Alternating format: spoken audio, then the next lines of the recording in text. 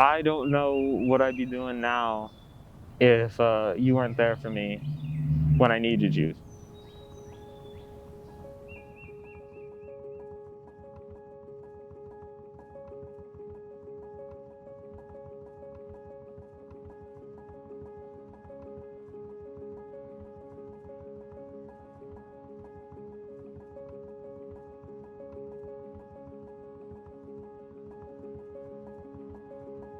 Michael, thanks for having me here, man. And I'm glad to be part of this. But first question, really, why? Why'd you choose me? In like vital moments in my life, you've been there, whether or not you knew to be there or not, like just by whether or not I even respond or how I respond. You just know, all right, something's up. It's that type of thing that has made you like the most important friend in my life. You overcome a lot your freshman year of college, I can confirm. Can you share just more about that to everyone, your mental health journey? One day, you remember when, because you asked me what happened that day. I went to school, and then within 10 minutes, I was like, I can't do this. Oh yeah, you left early. And I called my parents, and they brought me home, and I ended up like crying for 2 hours, and they ended up getting me a therapist then. Then I got diagnosed with depression. I talked to y'all, and y'all were like, yeah, we could tell. Or when I got to college and I started here and everything, I lived by myself. It made things a little bit more difficult.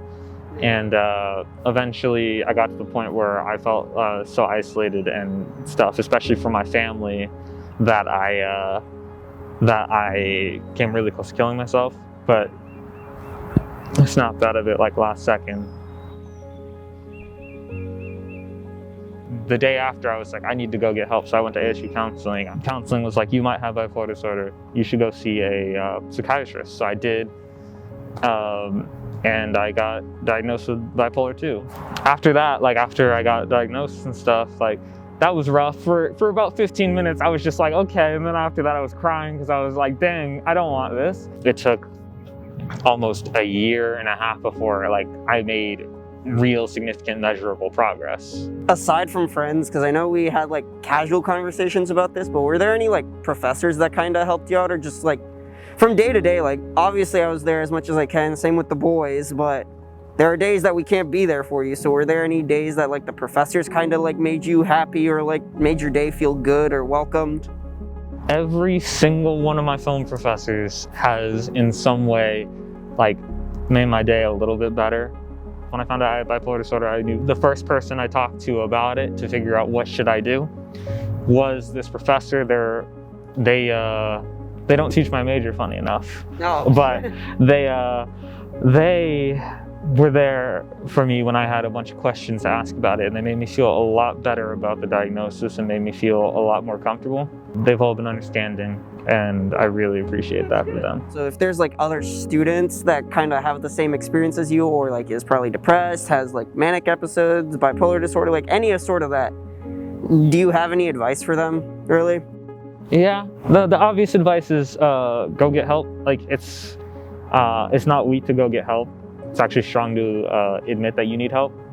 Oh, yeah. That's something that honestly I wish I knew before all this stuff started happening, because you know how I was really reluctant to even talk to people about it at first. I mean, yeah, it's a big pill to swallow. Of course, you're never like alone in anything that you go through, really. There's always people who care about you, even if you don't realize it. What is a true friend to you? How do you define a true friend? Everybody is their own individual person. I think the most important thing to look for in a friend is more so just like an understanding of just each other's perspectives and life situation. Going back onto that perspective things, what do you mean? Like upbringings. So for you and me, that's like growing up as people of color in Arizona. It's interesting compared to like how my family, who's from Detroit, grew up.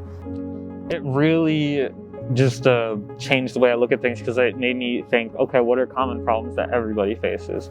And no matter what,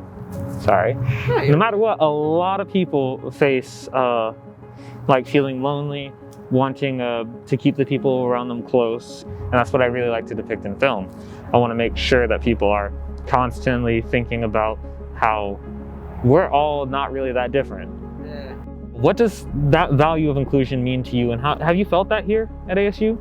Honestly, yeah. There are a lot of people where I don't know if it's just like our personalities match or anything, but like I kind of just went in, said hi, and now I have like friend groups. Like I was able to do that with your crew. I never felt left out. I think just them being very welcome. I've never met someone where I'm just like, wow, they're just shutting me out or anything. Like I got to know and meet everyone, whether we're friends or not. I got to know, meet, and understand them. So it made things a lot easier for me. With how long we've been friends, like, how have you seen me change? Have you seen me grow? I would say your openness to being vulnerable has changed and grown a lot. I think it was just you kind of saying like, I want to figure this out on my own. I don't need like this extra help. I can do this. It's on me. I can do this. And then you just being open to be like, okay, I need help. Also, if I had any troubles, just like mentally, like, hey, I'm not like feeling the best, or I'm feeling like very angry, you're just like, hey, talk it out, whatever, like let it out. I'm here for you. I'm not going to take any offense if you say anything bad or inconsiderate, because it's like I understand where you're coming from. So you just opening that pathway to yourself, I'd say you've grown quite a bit, minus the height.